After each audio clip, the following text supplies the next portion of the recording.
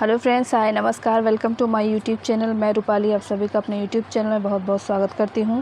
और आज मैं जो क्लास लेकर आई हूं वो हमारा इतिहास का प्रैक्टिस सेट है। तो जो लोग बीपीएससी का एग्ज़ाम दे रहे हैं, चाहे वो किसी भी लेवल का दे रहे हों, उन सभी के लिए इम्पॉर्टेंट है। इसके साथ ही जो सीटेट का पेपर 2 दे रहे हैं यानी एसएसटी सब्जेक्ट से, उनके लिए भी ये वीडियो इम्पॉर्टेंट होने वाली है। तो आप लोगों से हाथ जोड़कर रिक्वेस्ट है कि जिन्होंने हमारे चैनल को अभी तक सब्सक्राइब नहीं किया है, आप सब प्लीज़ हमारे चैनल को सब्सक्राइब करें और हमारा भी सपोर्ट करें। आइए चलते हैं क्वेश्चंस की ओर। Question number 113। इसके पहले के क्वेश्चंस हमारी प्रीवियस जो वीडियोस हैं उसमें मैंने डिस्कस किया था, तो आप उस वीडियोस को भी जाके ज़रूर वॉच करें। वहाँ पर भी बहुत सारे महत्वपूर्ण क्वेश्चंस हैं जो आपके लेवल के हैं, एग्ज़ाम के लेवल के हैं। आइए चलते हैं आज के इस वीडियो की ओर और सबसे पहले हम सीधे क्वेश्चन की ओर ही चलेंगे। तो क्वेश्चन नंबर 113 कहता है, राजा के मंत्रियों एवं सलाहकारों की नियुक्ति निम्नलिखित में से किस वर्ण से की जाती थी? क्षत्रिय, ब्राह्मण, वैश्य या अंत्यज? तो यहाँ पर इस प्रश्न का जो सही उत्तर होगा वो होगा ब्राह्मण। सलाहकार कौन होते थे? राजा के जो मंत्री और सलाहकार होते थे वो किस वर्ण से नियुक्त किए जाते थे? तो ब्राह्मण वर्ण से नियुक्त किए जाते थे। अगले क्वेश्चन की ओर चलते हैं। अगला क्वेश्चन है हमारा, प्रत्येक व्यक्ति को गर्भाधान से अंत्येष्टि तक कितने संस्कार संपन्न करने पड़ते थे? 16, 12, 10 या फिर 8? तो यहाँ जो सही उत्तर है वो है 16 संस्कार होते थे। अगले क्वेश्चन की ओर चलते हैं। अगला क्वेश्चन है हमारा, प्राचीन काल में प्रचलित 8 प्रकार के विवाहों में सबसे आदर्श विवाह कौन था? ब्रह्म, दैव, आर्ष या फिर गांधर्व? तो यहाँ पर 115 का जो सही उत्तर है वो है ब्रह्म विवाह। अगले क्वेश्चन की ओर चलते हैं। अगला क्वेश्चन है हमारा,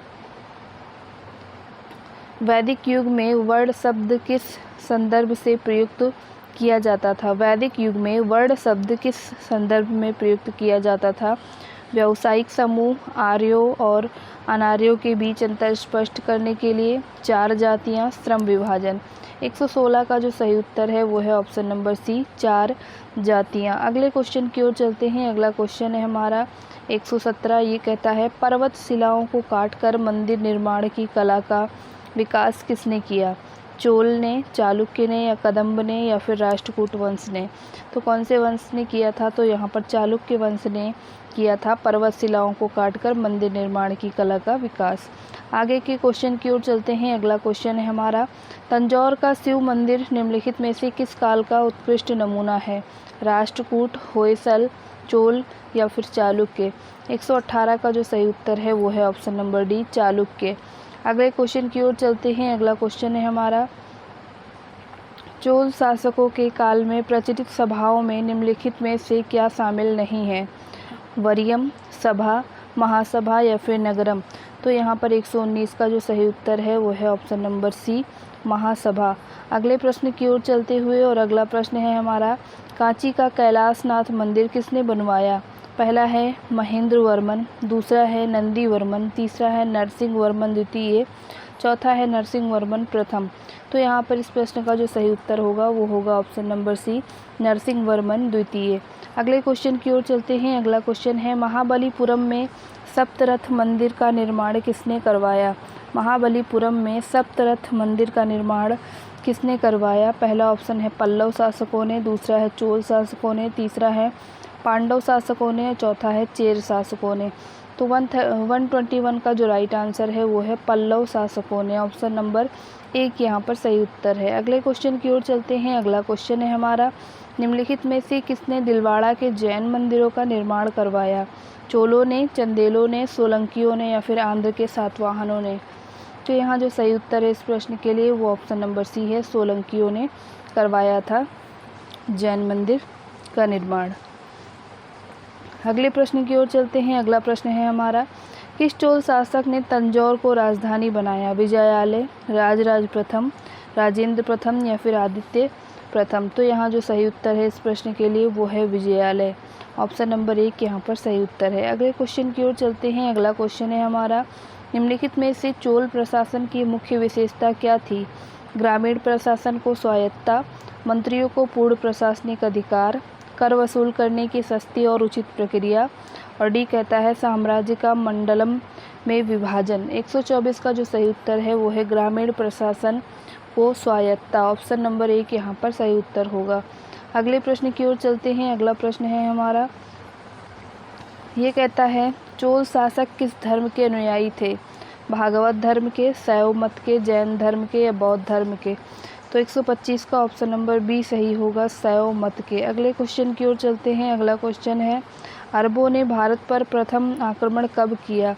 709 ईस्वी में, 712 ईस्वी में, 625 ईस्वी में, 636 ईस्वी में? तो 126 का जो सही उत्तर है ऑप्शन नंबर बी यहाँ पर सही उत्तर होगा। अगले प्रश्न की ओर चलते हैं। अगला प्रश्न है हमारा, भारतवर्ष पर प्रथम मुस्लिम आक्रमणकर्ता था? महमूद गजनवी, सुबुक्तगीन, मोहम्मद गौरी या मोहम्मद बिन कासिम? 127 का जो सही उत्तर है वो है ऑप्शन नंबर डी, मोहम्मद बिन कासिम। अगले प्रश्न की ओर चलते हैं। अगला प्रश्न है हमारा, मिहिर भोज के समय निम्नलिखित में से कौन अरब यात्री भारत आया था? सुलेमान, अलबरूनी, फिरदौसी या इब्न बतूता? 128 का राइट आंसर होगा सुलेमान। अगले प्रश्न की ओर चलते हैं। अगला प्रश्न कहता है, भारत आने वाला वह कौन अरब यात्री था जिसकी रचना को 11वीं शताब्दी के भारत का दर्पण कहा जाता है? अलमसर, अलबरूनी, अल-हज्जाज या अल-मंसूर? 129 का जो सही उत्तर है वो ऑप्शन नंबर बी है, अलबरूनी। अगले प्रश्न की ओर चलते हैं। अगला प्रश्न है हमारा, महमूद गजनवी के समय भारत आने वाला विदेशी यात्री कौन था? अमीर खुसरो, अलबरूनी, इब्न बतूता, मिनहाज उस सिराज? 130 का जो सही उत्तर है ऑप्शन नंबर बी सही है, अलबरूनी। अगले प्रश्न की ओर चलते हैं। अगला प्रश्न है हमारा, महमूद गजनवी के समय भारत की राजनीतिक स्थिति थी? भारतीय शासक राष्ट्रीय भावना से ओतप्रोत थे? भारतीय शासक मैत्रीपूर्ण संबंधों से आबद्ध थे? भारत में राजनीतिक एकता एवं स्थिरता का अभाव था तथा परस्पर संघर्षरत थे? और चौथा है, भारत एकता के सूत्र में बंधा था? 131 का जो सही उत्तर है वो ऑप्शन नंबर सी है, भारत में राजनीतिक एकता व स्थिरता का अभाव था तथा शासक परस्पर संघर्षरत थे। अगले क्वेश्चन की ओर चलते हैं। अगला क्वेश्चन है हमारा, महमूद गजनवी के आक्रमण का मुख्य उद्देश्य क्या था? भारत में इस्लाम का प्रचार, भारत में अपार शक्ति प्राप्त करना, अपनी ख्याति बढ़ाना, विशाल साम्राज्य की स्थापना करना? 132 का बी ऑप्शन सही होगा यहाँ पर, भारत से अपार संपत्ति प्राप्त करना। अगले प्रश्न की ओर चलते हैं। अगला प्रश्न है हमारा, जयचंद एवं मोहम्मद गौरी के मध्य युद्ध हुआ? इटावा के पास, चंदावर में, अजमेर में, तराइन में, थानेश्वर में? तो 133 का जो सही उत्तर है वो है इटावा के पास, चंदावर में। ऑप्शन नंबर 1 यहाँ पर सही उत्तर है। अगले प्रश्न की ओर चलते हैं। अगला प्रश्न है हमारा, ये कहता है निम्नलिखित शासकों का सही कालक्रम? तैमूर, महमूद गजनवी, चंगेज़ खां, मोहम्मद गौरी, मोहम्मद बिन कासिम? तो इसको आपको लाइन से लगाना है सही क्रम में। तो पहला कहता है 1 5 4 2 3, दूसरा कहता है 5 3 1 4 2, तीसरा कहता है 5 2 4 3 1 और तो चौथा कहता है 2 5 1 3 4। तो यहाँ पर 134 का जो सही उत्तर है ऑप्शन नंबर सी सही है, यहाँ पर ये राइट आंसर होगा। अगले प्रश्न की ओर चलते हैं। अगला प्रश्न है, सूची 1 को सूची 2 से मिलाना है। तो यहाँ पर सूची 1 में कौन कौन है? मोहम्मद तुगलक हैं, कृष्णदेव राय हैं, अकबर हैं और औरंगजेब हैं। Ibn Battuta, Ralph Fitch, Domingo Paes और मनुची? तो यहाँ पर ऑप्शन दिए हैं, ABCD कूट दिया हुआ है। पहला कहता है 4 2 3 1 सही है, दूसरा कहता है 3 2 4 1 सही है, तीसरा कहता है 1 3 2 4 सही है और चौथा कहता है 1 4 3 2 सही है। तो यहाँ पर 135 का जो सही उत्तर है ऑप्शन नंबर सी सही है, यानी पहले का क्या होगा? 1 का क्या होगा? ए होगा, 1 का ए। तो सीधा सीधा सामने हो गया। फिर जो बी है, बी का होगा 3, बी का 3 यानी डोमिंगो, और जो सी है, सी का होगा 2 अकबर यानी रॉल्फ फिंच, और लास्ट जो बचा मनुची, इसका तो 4 होगा सीधा सीधा। तो आपको समझ आ गया होगा। अगले क्वेश्चन की तरफ चलते हैं। अगला क्वेश्चन है हमारा, ये कहता है 1205 ईस्वी में बिहार एवं बंगाल पर विजय पाने वाला तुर्क कौन था? बलबन, कुतुबुद्दीन ऐबक, इख्तियारुद्दीन बख्तियार खिलजी, इल्तुतमिश। तो 136 का जो सही उत्तर है option number C, Ikhtiyaruddin Bakhtiyar Khilji. अगले क्वेश्चन की ओर चलते हैं। अगला क्वेश्चन है हमारा, भारत में मुस्लिम सत्ता का संस्थापक किसे माना जाता है?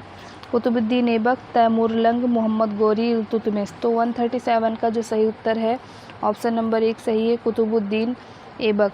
अगले क्वेश्चन की ओर चलते हैं। अगला क्वेश्चन है हमारा, यहाँ पर कथन वाला क्वेश्चन है, ध्यान से कथन को पढ़ेंगे। कुतुबुद्दीन ऐबक ने लाहौर को अपनी राजधानी बनाई थी। सेकेंड कहता है कुतुबुद्दीन ऐबक सुल्तान बनने तक दासत्व से मुक्त नहीं हुआ था। तो इनमें से कौन सा कथन सत्य है? केवल एक सत्य है, केवल दो सत्य है, ना तो एक सत्य है ना ही दो सत्य है, या फिर दोनों ही सत्य हैं। तो 138 का जो राइट आंसर होगा ऑप्शन नंबर डी, दोनों ही क्या है, एक और दो दोनों क्या हैं, सत्य हैं। अगले प्रश्न की ओर चलते हैं। अगला प्रश्न है हमारा, तैमूरलंग के भारत आक्रमण के समय दिल्ली का सुल्तान कौन था? नासिरुद्दीन महमूद, मोहम्मद बिन तुगलक, फिरोज तुगलक, महमूद गजनवी। तो 139 का जो राइट आंसर होगा वो होगा ऑप्शन नंबर 1, नासिरुद्दीन महमूद। अगले क्वेश्चन की ओर चलते हैं। अगला क्वेश्चन है हमारा, निम्नलिखित में से कौन सा यात्री मोहम्मद तुगलक के समय भारत आया था? इब्न बतूता, अब्दुल रज्जाक, पोंटी या फिर मार्को पोलो। 140 का जो सही उत्तर होगा वो होगा इब्न बतूता। मोहम्मद बिन तुगलक के समय ये भारत आया था। अगले क्वेश्चन की ओर चलते हैं। अगला क्वेश्चन है, निम्नलिखित में से किस तुर्की सरदार ने रज़िया के विरुद्ध विद्रोह नहीं किया था? मलिक सैफुद्दीन कूची, जलालुद्दीन याकूत, कबीर खां अयाज या इख्तियारुद्दीन एतगीन। तो 141 का जो राइट आंसर होगा वो होगा जलालुद्दीन याकूत। अगले प्रश्न की ओर चलते हैं। अगला प्रश्न है हमारा, दिल्ली सल्तनत के किस शासक ने इस सिद्धांत का प्रतिपादन किया कि राजत्व को आम जनता की सहमति पर आधारित होना चाहिए? फिरोज तुगलक, अलाउद्दीन खिलजी, जलालुद्दीन खिलजी या फिर गयासुद्दीन खिलजी। 142 का जो सही उत्तर होगा ऑप्शन नंबर सी सही होगा, जलालुद्दीन खिलजी। अगले क्वेश्चन की ओर चलते हैं। अगला क्वेश्चन है हमारा, अलाउद्दीन खिलजी ने भूमि की उपज व श्रेणी के अनुसार भूमि कर निर्धारित कराया, जो संपन्न और गरीब सबकी भूमि पर एकीकृत करके लगाया। यह उपज का कितना भाग निर्धारित किया गया था? 1/2 भाग, 1/3 भाग, 2/3 भाग या 3/2 भाग। तो यहाँ पर जो सही उत्तर होगा वो होगा 1/2 यानी आधा भाग। अगले प्रश्न की ओर चलते हैं। अगला प्रश्न है हमारा, फिरोज तुगलक की कौन सी व्यवस्था तुगलक साम्राज्य के लिए घातक सिद्ध हुई? कर व्यवस्था, जागीर प्रथा की पुनर्स्थापना, उदार दंड नीति या उलेमाओं का राजनीति में हस्तक्षेप। तो 144 का जो सही उत्तर होगा वो होगा जागीर प्रथा की पुनर्स्थापना। अगले क्वेश्चन की ओर चलते हैं। अगला क्वेश्चन है हमारा, बलबन के अनुसार वह कौन सा नियम कानून था जो राजकीय आज्ञाओं और आदेशों का पालन कराने तथा राज्य को सुरक्षित रखने के लिए आवश्यक था? प्रजा को भी शासन में भाग लेने का अधिकार हो, राजपथ गौरवपूर्ण हो, सुल्तान की शक्ति नियंत्रित एवं मर्यादित हो, या फिर उपयुक्त में से कोई नहीं। तो 145 का जो राइट आंसर होगा वो होगा ऑप्शन नंबर बी, राजपद क्या हो, गौरवपूर्ण हो। ऑप्शन नंबर बी यहाँ पर सही उत्तर होगा। अगले प्रश्न की ओर चलते हैं। अगला प्रश्न है हमारा, मंगोल संकट से दिल्ली सल्तनत की रक्षा के लिए सर्वाधिक संघर्षशील शासक था? बलबन, इल्तुतमिश, मोहम्मद तुगलक या फिर अलाउद्दीन खिलजी। तो यहाँ पर जो सही उत्तर है वो है Alauddin Khilji, option number D. अगले क्वेश्चन की ओर मूव करते हैं। अगला क्वेश्चन है हमारा, इल्तुतमिश को दिल्ली सल्तनत का प्रथम वैध तुर्की सुल्तान माना जाता है क्योंकि? पहला ऑप्शन, दिल्ली के अमीरों ने उसे मान्यता प्रदान की, दूसरा है खलीफा ने उसे मान्यता प्रदान की, तीसरा है गजनी के शासन ने उसे मान्यता प्रदान की और चौथा है गौर के शासक ने उसे मान्यता प्रदान की। तो 147 का जो राइट आंसर है वो है ऑप्शन नंबर बी, खलीफा ने उसे क्या किया, मान्यता प्रदान किया। अगले क्वेश्चन की ओर चलते हैं। अगला क्वेश्चन है, दरबार में सिजदा एवं पाबोस की प्रथा निम्नलिखित में से किस शासक ने प्रारंभ की? बलबन ने, इल्तुतमिश ने, रज़िया ने या फिर अलाउद्दीन खिलजी ने? तो ये प्रथा बलबन ने स्टार्ट की थी। ऑप्शन नंबर 1 यहाँ पर सही उत्तर होगा। अगले प्रश्न की ओर चलते हुए, और अगला प्रश्न है हमारा, दिल्ली सल्तनत के किस सुल्तान ने सर्वप्रथम स्थायी सेना का निर्माण किया? बलबन ने, इल्तुतमिश ने, अलाउद्दीन खिलजी ने या मोहम्मद तुगलक ने? 149 का जो सही उत्तर है ऑप्शन नंबर सी सही होगा, अलाउद्दीन खिलजी। अगले क्वेश्चन की ओर चलते हैं। अगला क्वेश्चन है हमारा 150 नंबर का, और ये कहता है, सैनिकों का हुलिया लिखने तथा घोड़ों को दागने की प्रथा का आरंभ किया? पहला है अलाउद्दीन खिलजी ने, दूसरा है बलबन ने, तीसरा कुतुबुद्दीन ऐबक, चौथा है इल्तुतमिश। तो यहाँ किसने स्टार्ट किया? तो ये अलाउद्दीन खिलजी ने प्रारंभ किया था। अगले प्रश्न की ओर चलते हैं। अगला प्रश्न है, अलाउद्दीन द्वारा प्रारंभ की गई बाजार नियंत्रण व्यवस्था का लाभ मुख्य रूप से किसे हुआ? राजकीय अधिकारियों को, दिल्ली के नागरिकों एवं सैनिकों को, कृषकों को, व्यापारियों को? तो 151 का जो सही उत्तर है वो है ऑप्शन नंबर बी, दिल्ली के नागरिकों और सैनिकों को। ऑप्शन नंबर बी यहाँ पर सही उत्तर है। अगले प्रश्न की ओर चलते हैं। अगला क्वेश्चन है, दिल्ली सल्तनत का वह कौन सा सुल्तान था जिसने सर्वप्रथम उलेमा एवं खलीफा के प्रभुत्व से स्वयं को मुक्त किया? इब्राहिम लोदी, अलाउद्दीन खिलजी, बलबन या फिर मोहम्मद तुगलक? तो यहाँ जो सही उत्तर है option number B, Alauddin Khilji. अगले क्वेश्चन की ओर चलते हैं। अगला क्वेश्चन है हमारा, निम्नलिखित में से किस शासक को मुद्रा शास्त्री माना जाता है? अलाउद्दीन खिलजी को, फिरोज शाह तुगलक को, मोहम्मद बिन तुगलक को या फिर बलबन को? तो यहाँ जो 153 का राइट आंसर है वो है मोहम्मद तुगलक को।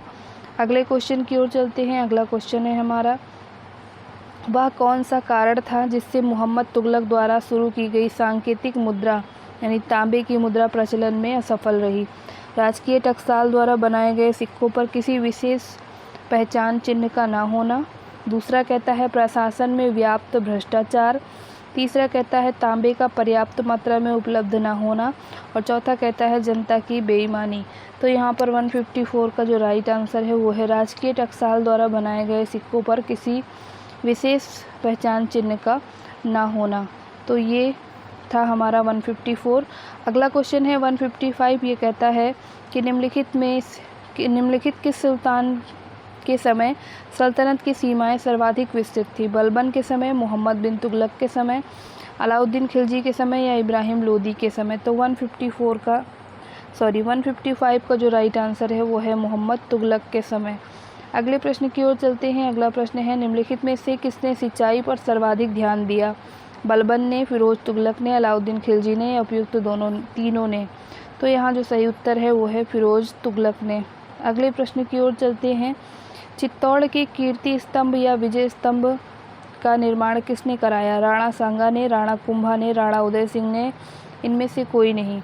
157 का सही उत्तर होगा राणा कुंभा ने। अगले प्रश्न की ओर चलते हैं। अगला प्रश्न है, दिल्ली के सुल्तानों ने किस भाषा को प्रोत्साहन दिया? उर्दू, तुर्की, अरबी, फ़ारसी? किसको दिया?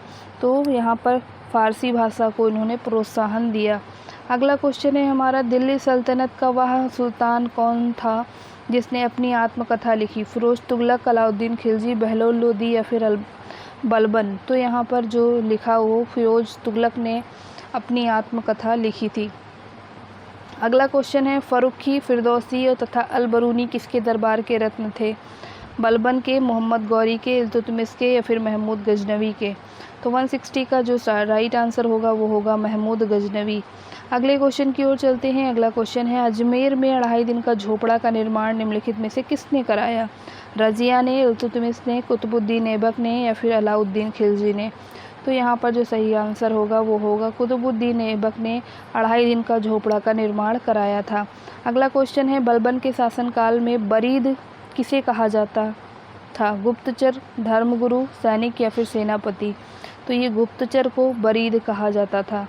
अगले क्वेश्चन की ओर चलते हैं। अगला क्वेश्चन है हमारा, निम्नलिखित में से वह कौन सा विद्वान था जो अलाउद्दीन खिलजी के विजय अभियानों में भी उसके साथ साथ रहा? अलबरूनी, अमीर खुसरो, बदायूनी या फिर फरिश्ता? तो यहाँ जो सही उत्तर है वो है अमीर खुसरो। अमीर खुसरो क्या थे? तो लेखक थे। अगला क्वेश्चन है हमारा 164। ये कहता है, सल्तनत काल में सेना विभाग का अध्यक्ष जिसके पास सैनिक सैनिकों की भर्ती, रसद पूर्ति, अस्त्र शस्त्र पूर्ति एवं सेना के संचालन की जिम्मेदारी थी वह कहलाता था आरिजे मुमामिक, काजी मुमामिक, वजीर मुमामिक या फिर दरीर ए मुमामिक। तो यहाँ पर जो सही उत्तर होगा वो क्या होगा 164 के लिए? तो यहाँ पर सही आंसर होगा ऑप्शन नंबर 1 आरिज ए मुमामिक। तो ये था हमारा आज का इतिहास का प्रैक्टिस सेशन। आपको ये वीडियो कैसी लगी कमेंट बॉक्स में कमेंट करके आप सब प्लीज़ ज़रूर बताएं हमें, और आपको कोई क्वेरी हो तो वो भी आप हमें कमेंट बॉक्स में कमेंट कर सकते हैं। और आप सभी से हाथ जोड़कर रिक्वेस्ट है, जिन्होंने चैनल को सब्सक्राइब नहीं किया है आप सब प्लीज़ कर लें। Thank you for watching. नमस्कार, जय हिंद।